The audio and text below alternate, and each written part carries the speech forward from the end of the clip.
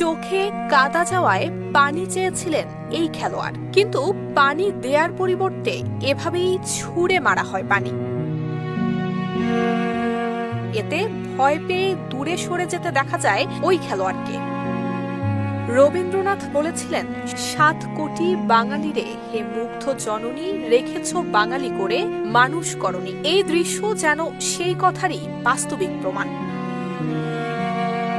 এদিন ছিল কুমিল্লা মুরাদনগরে মেটাংঘর লাখ টাকা টুর্নামেন্টের প্রথম সেমিফাইনাল খেলা। মোকলিশপুর বনাম পাণ্ডুঘরের খেলার শেষ পর্যায়ে যখন মোকলিশপুর থেকে পাণ্ডুঘর ১ গোলে এগিয়েছিল, তখন পাণ্ডুঘরের এই প্লেয়ারের চোখে কাদা লাগে। এরপর পানি চাওয়ায় মোকলিশপুরের টিম ম্যানেজার করেছেন এমন আচরণ।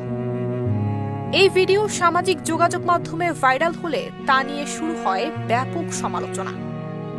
নুসরাত জাহান মেহেক, ঢাকা পোস্ট।